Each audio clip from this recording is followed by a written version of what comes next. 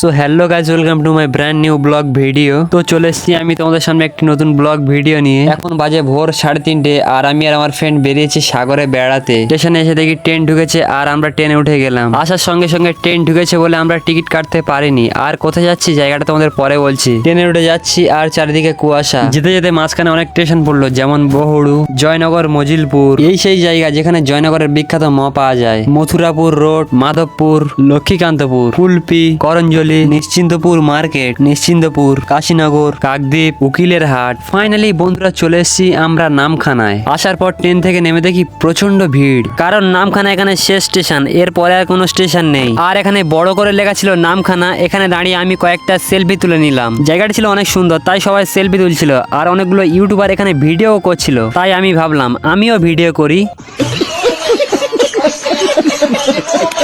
সত্যি সিনেমাটা সেই অসাধারণ ছিল। তারপরে আমি রাস্তা দিয়ে গিয়ে বাস ধরতে গেলাম। বাস ছিল না বলে টোটো করে গেলাম, আর টোটোর ভাড়া নিয়েছিল 80 টাকা, কারণ পাক্কা 1.5 ঘন্টা টোটোয় বসে থাকতে হবে। রাস্তাটা ছিল অনেক, আর আমি যেখান দিয়ে যাচ্ছিলাম সেখানে ছিল একটি ব্রিজ। ব্রিজটা দেখতে খুব সুন্দর ছিল। এই সব জায়গায় বড় বড় টিকটক আর ইউটিউবাররা শুট নেয়, তাই ভাবলাম তোমাদের ভিডিও করে দেখাই। যখন ভিডিও করছিলাম, ভিডিও করতে করতে যা হলো, তো আমি এমন ভাবে ভিডিও করতে করতে যাচ্ছিলাম আর সিনারি ক্যামেরা বন্দি করছিলাম। সাইড থেকে আরেকটা টোটো যাচ্ছিল, মোবাইলটা তার গায়ে ধাক্কা লেগে নিচে পড়ে গেল। ব্রিজের ওপর দিয়ে প্রচুর গাড়ি চলছিল, মোবাইলের ওপর দিয়ে প্রচুর গাড়ি যেতে লাগলো। ক্যামেরা অন আছে তাই তোমরা দেখতে পাচ্ছ। টোটো থেকে নেমে ছুটে এসে যখন মোবাইলটা তুললাম, দেখলাম কিছুই হয়নি, মোবাইলটা পুরো ভালো আছে। তারপর গাড়ির দিকে রওনা দিলাম। গাড়ি থেকে নামার পরে চলে গেলাম সমুদ্রের দিকে। সঙ্গে নিয়ে নিলাম 2টো মোবাইল আর 2টো মোবাইল কাভার, জল থেকে ফোনকে সেফটির জন্য।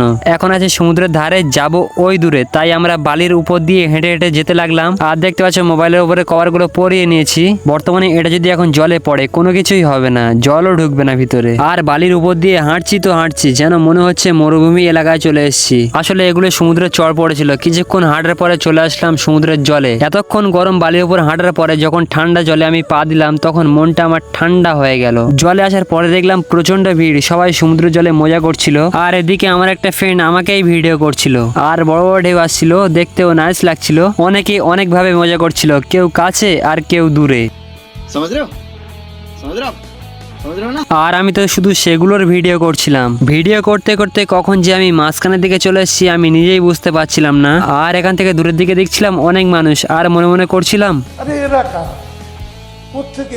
তারপরে বুঝতে পারলাম সবাই বাড়ি থেকে এলো। अच्छा ठीक है। অনেক মাঝখানের দিকে গিয়েছিলাম বলে আস্তে আস্তে কাছের দিকে চলে আসলাম। কাছের দিকে এসে দেখি কত বড় ঢেউ হচ্ছে, আর এদিকে সবাই ঢেউতে লাফ ঝাঁপ দিচ্ছে আর আনন্দ করছে। অনেকক্ষণ হাঁটাহাঁটি করার পর আমার পা যন্ত্রণা করছিল, তো আমি এক জায়গায় বসে পড়লাম। বসার পরে ফ্রি ফায়ার খেলা শুরু করে দিলাম। কি ভাই তোমাকে বলছি, কাস্টম হবে হলে কমেন্ট বক্সে কমেন্ট করো। তারপর আমি টিকটকের একটি ডায়লগ দিচ্ছিলাম, দেওয়ার সময় যা হলো।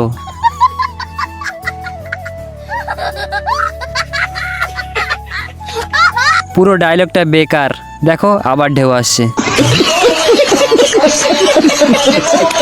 এমন জোরে ঢেউ এলো, এক বালতি জল খেয়ে নিলাম। নেওয়ার পরে ভাবলাম যে আর টিকটক ভিডিও করব না। তারপর ধারের দিকে এসে বসলাম, আর আমার একটা ফ্রেন্ড ব্লগ করছে। তারপরে আমার ভালো লাগছিল না বলে হাঁটতে হাঁটতে চলে যাচ্ছিলাম হোটেলের দিকে। ঠিক তখনই দেখি প্রচন্ড বড় একটি ঢেউ আসছে। 3-4টে ঢেউ একেবারে প্রচুর গতিতে আসছিল। আসার পরে আমার পুরোপুরি উল্টে ফেলে দিল। আর হ্যাঁ, এখন যে ঢেউগুলো হচ্ছে প্রচন্ড বড় বড় ঢেউ।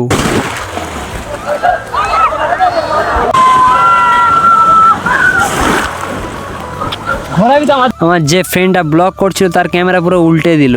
আর হ্যাঁ, জায়গাটা ছিল বকখালি। সারাদিন ঘোরাঘুরি করার পর আর ভালো লাগছে না, সেই জন্য হোটেলের দিকে যাচ্ছি। তোমরা কেউ এখানে ঘুরতে আসলে আসতে পারো, জায়গাটা খুব সুন্দর। চ্যানেল নতুন হলে সাবস্ক্রাইব করে দেবে প্লিজ।